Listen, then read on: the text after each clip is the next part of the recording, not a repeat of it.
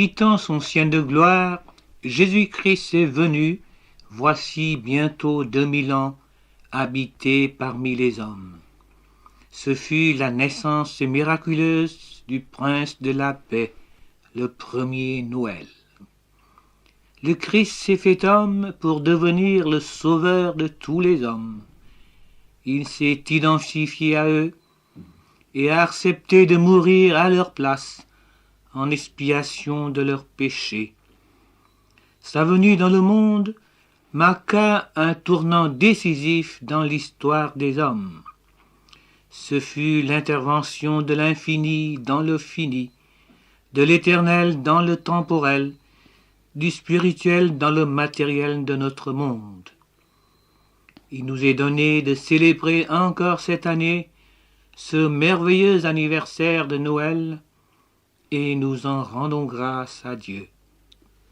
L'école radio-biblique de Marseille est heureuse de vous souhaiter à tous un joyeux Noël et de vous présenter, comme toutes les semaines, au même jour et à la même heure, son programme « Les lendemains qui chantent ». Nous allons vous raconter aujourd'hui une histoire de Noël. L'histoire d'une petite fille nommée Zora et le chemin de lumière.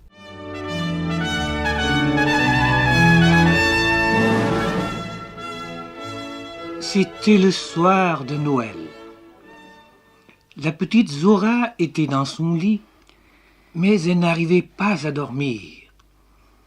Elle pensait à l'histoire de la naissance de Jésus que sa maman lui avait lue dans la Bible. Jésus étant né à Bethléem en Judée, au temps du roi Hérode, voici des mages d'Orient arrivèrent à Jérusalem et dirent « Où est le roi des Juifs qui vient de naître ? Car nous avons vu son étoile en Orient, et nous sommes venus pour l'adorer. » Conduits par l'étoile jusqu'à Bethléem, ils entrèrent dans la maison, virent le petit enfant avec Marie, sa mère, se prosternèrent et l'adorèrent. Ils ouvrirent ensuite leur trésor et lui offrirent en présent de l'or, de l'encens et de la myrrhe.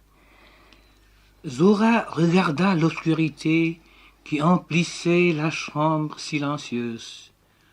Au-delà de l'encadrement noir que formait la fenêtre, le ciel apparaissait parsemé d'étoiles, et leur scintillement semblait devenir de plus en plus beau et de plus en plus intense.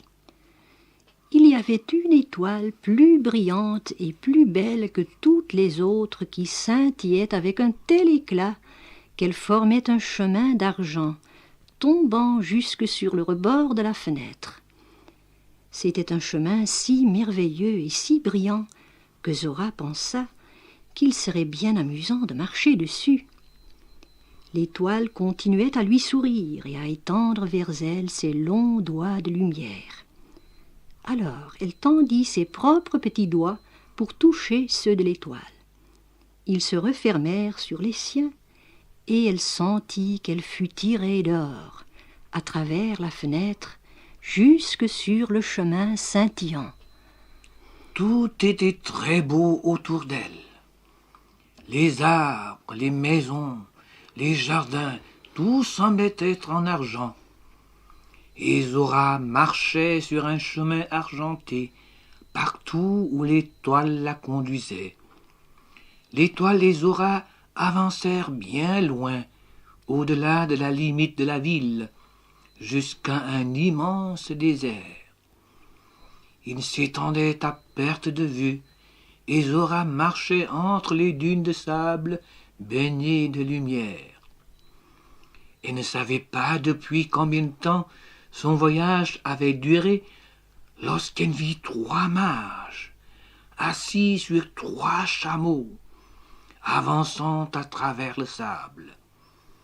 Ils s'approchèrent d'elle et s'offrirent à la transporter. Zora se souvint que sa mère lui avait recommandé de ne jamais partir avec des gens inconnus. Mais ces hommes semblaient si savants, si gentils. Et en outre, elle avait toujours rêvé de monter sur un chameau. Aussi, avant qu'elle pût s'en rendre compte, était-elle assise entre deux bosses sur le chameau de tête. Et les voilà partis à travers le sable du désert.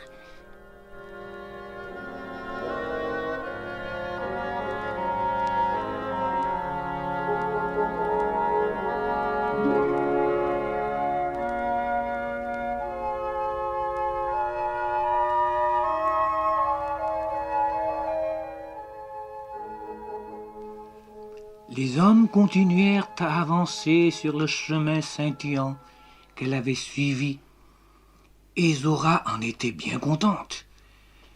Elle n'aimait pas se détourner de l'étoile. Elle demanda timidement au premier homme. « Où allez-vous ?»« Nous allons trouver le roi. »« Oh, le roi? Vraiment? Où vit-il ?» ?»« Nous ne le savons pas, mais nous avons vu son étoile en Orient, et nous sommes venus pour l'adorer. » »« Pourrais-je le voir aussi ?»« Peut-être. Cela dépend. »« De quoi ?»« De toi, entièrement de toi. » Zora aurait voulu lui poser d'autres questions, mais il avait l'air si sérieux, si savant, qu'elle craignit de trop l'ennuyer. Lui et ses compagnons semblaient transporter beaucoup de paquets. Finalement, elle eut assez de courage pour lui demander. « Qu'est-ce que vous transportez ?»« Des cadeaux pour le roi. Le mien, c'est de l'or.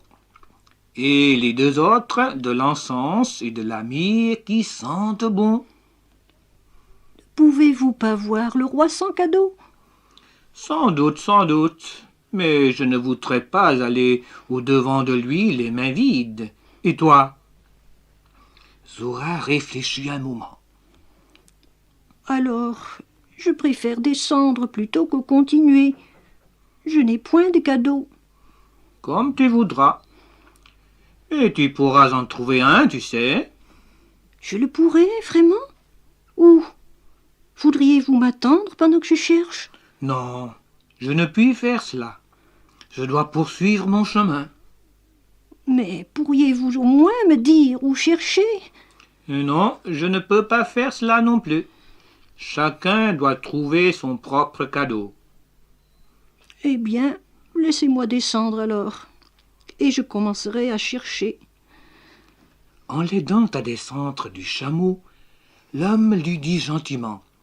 « Nul or n'est plus précieux que le cœur d'un petit enfant. » Et il continua sa route.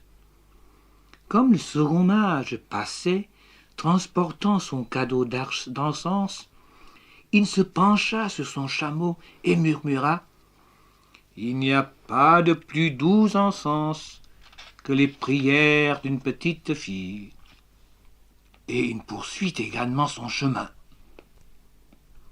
Le troisième mage la regarda pendant un long moment. « Mon cadeau de myrrhe a une grande valeur, mais rien n'est aussi précieux que l'obéissance. » Il lui sourit, puis repartit avec les autres.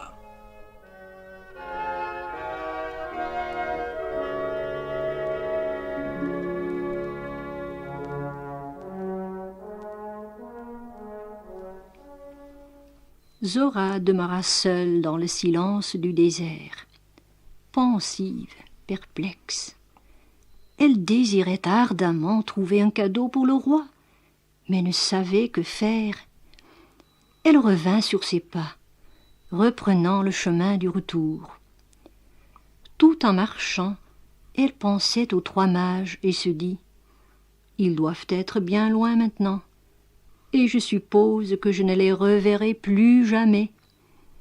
Je voulais tellement trouver un cadeau pour le roi et aller avec eux le lui présenter. Maintenant, je ne verrai jamais le roi. » Soudain, elle sentit une main se poser sur son épaule.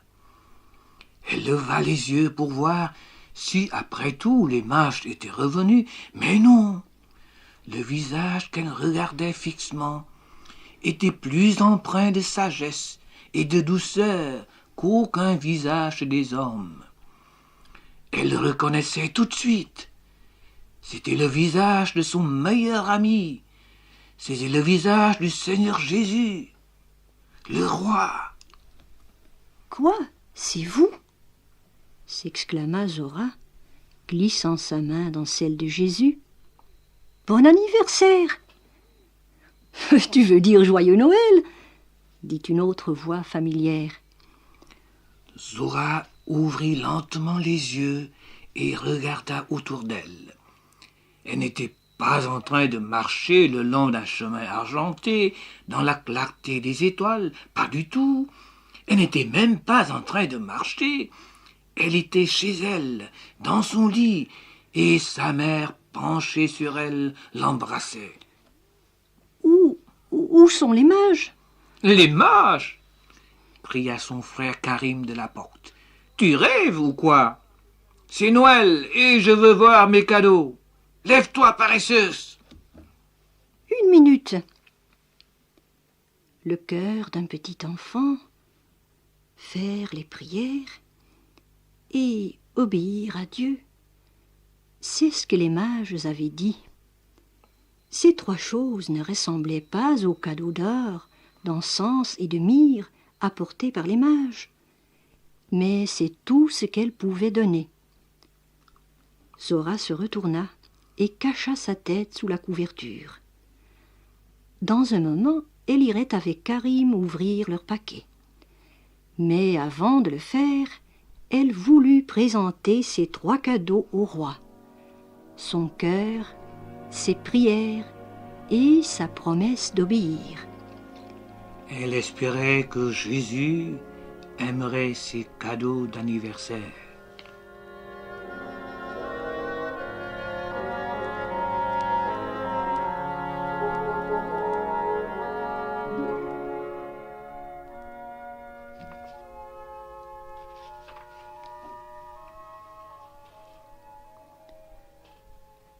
Noël. Jésus est né. Lui qui est la parole de Dieu, lui qui est la véritable lumière, s'est abaissé jusqu'à prendre la forme d'un homme. La parole éternelle a été faite chair, la lumière inaccessible est venue dans le monde, éclairant tout homme. Jésus dit « Je suis la lumière du monde.